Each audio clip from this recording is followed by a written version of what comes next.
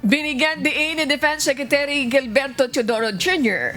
na mahalagang palakasin ang anti-missile system ng Pilipinas upang matiyak ang pambansang depensa. Kasabay nito, minamonitor ng Defense Department ang seguridad ng mga OFW at tripulante sa mga apektadong lugar, pati na rin ang international trade at supply ng petrolyo at produktong agrikultura. Anya, ipinapakita ng tensyon sa gitnang silangan ang kahalagahan ng maayos na supply chain at modernisadong kagamitan ng militar. Ayon sa kalihim, seryoso ang pamahalaan sa pagpapalakas ng depensa upang maging handa sa mga banta ng terorismo at krisis sa enerhiya.